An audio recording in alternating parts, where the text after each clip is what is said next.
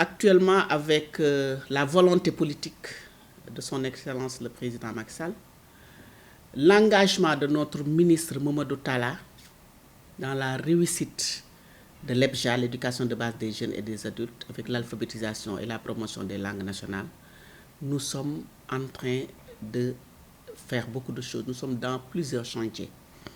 Entre autres, je peux dire que nous avons d'abord un modèle bilinguiste qui est là pour le Sénégal, qu'on appelle le MOHEPS, le modèle harmonisé de l'enseignement bilingue au Sénégal. Et actuellement, là où nous sommes dans toutes les écoles préscolaires, nous avons les langues nationales. Ça, c'est un pas, un grand pas. Le MOHEPS, d'abord, on démarre aussi avec l'élémentaire. C'était un test avec beaucoup d'organisations de la société civile. Élan avec l'OIF, il y a le LPT, Lecture pour tous, avec l'USAID, et tous ces tests, tous ces projets pilotes, programmes pilotes, sont maintenant regroupés autour du MOHEPS, qui est donc le référent. Et là, nous espérons qu'avec ce que nous sommes en train de faire, on va réussir l'introduction des langues. Parce que vous n'êtes pas sans savoir que les langues sont la base même de la culture. C'est des choses très sensibles. Et toutes les langues se valent. Toutes les langues sont d'égale dignité. Donc il faut y aller avec intelligence, il faut aller avec méthode et une démarche inclusive et participative avec nos spécialistes qui sont les linguistes, les sociolinguistes, qui sont au niveau universitaire, qui sont les techniciens du ministère de l'Éducation, les techniciens qui sont au niveau du ministère de la Formation professionnelle et autres. Donc cette démarche inclusive va nous permettre de réussir les choses. Il ne faut laisser personne en rade, ça c'est la volonté du président de la République. Après le MOHEPS, aujourd'hui, avec la Journée internationale de la langue maternelle, dont le thème est promouvoir le multilinguisme pour l'inclusion dans l'éducation et la société, le Sénégal a pris cette journée comme prétexte pour relancer le document de politique linguistique. Je ne dirais pas le document de politique linguistique, mais je dirais le draft. Parce que le document de politique linguistique national, il est national, c'est un document du Sénégal.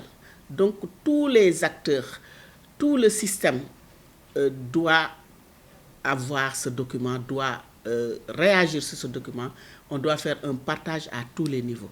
Au niveau des organisations de la société civile, au niveau des partenaires techniques et financiers, au niveau des universités, au niveau des ministères qui portent l'éducation et la formation, mais aussi au niveau du ministère où on a constaté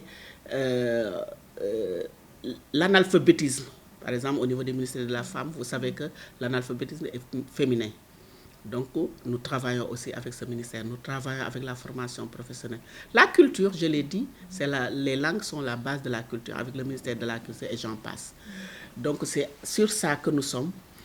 Et il faut des préalables, c'est-à-dire il faut avoir une cartographie linguistique très claire, pouvoir dire que dans telle zone, on va introduire telle langue.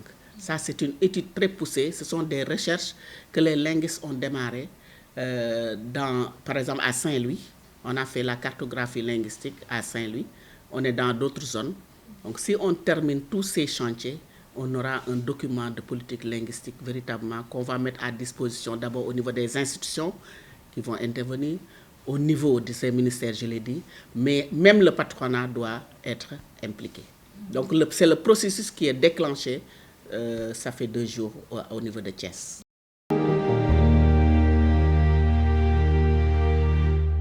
C'est de manière inclusive.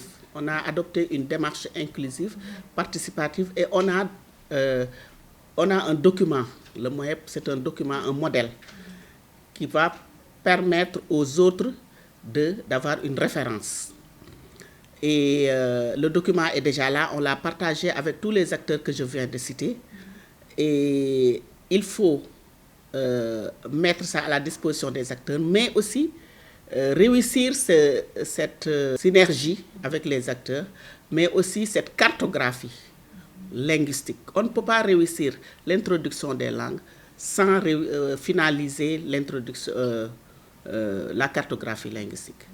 Parce qu'on ne peut pas introduire dans une zone une langue dans les écoles sans pour autant maîtriser ce secteur. C'est ça qu'on appelle cartographie linguistique. Ce sont des études, des données qu'on va prendre à la base même dans chaque commune, dans chaque village, pour pouvoir dire que dans telle école, on doit introduire telle langue. Ça, c'est un travail qui demande beaucoup de fonds, qui demande beaucoup de ressources humaines, qui demande beaucoup de ressources financières. Et donc, nous avons déclenché le processus. Nous avons les 2 documents essentiels pour les langues. C'est le MOHEPS, le modèle harmonisé d'enseignement bilingue, et nous avons le document de politique linguistique.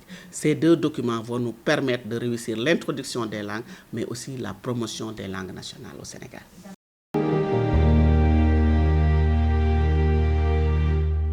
Bon, les défis, c'est d'abord réussir cette introduction des langues. Ça, c'est un grand défi. Mais il faut réussir cette synergie. Parce que c'est social, c'est pas facile. Mais le ministre de l'Éducation nationale est en train de regrouper tout le monde autour de ces 2 documents pour que les langues nationales puissent être introduites dans nos écoles, pour que le document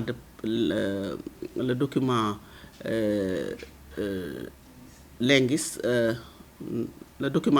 puisse être partagé par tout le monde, avec l'Assemblée nationale qui va valider, avec le Conseil économique, social, environnemental, avec le Haut Conseil des collectivités territoriales, parce que ce sont les collectivités territoriales qui portent l'éducation et la formation. Il faut le patronat, il faut le privé, parce qu'avec l'article 22 de la Constitution alinéa 4, il est bien dit que les entreprises doivent participer à l'effort d'alphabétisation et doivent alphabétiser leurs membres. Donc pour cela, je pense qu'on va réussir ce que nous voulons avec la volonté politique. Parce qu'auparavant, les gens disaient qu'il n'y avait pas une volonté politique. Maintenant, je leur dis, c'est le contraire.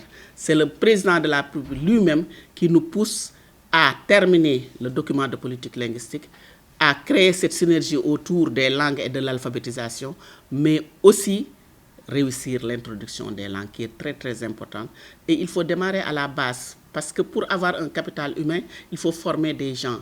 Mais c'est à la base, à partir de 3 ans, au niveau du préscolaire, qu'on doit démarrer, et on a démarré avec le préscolaire.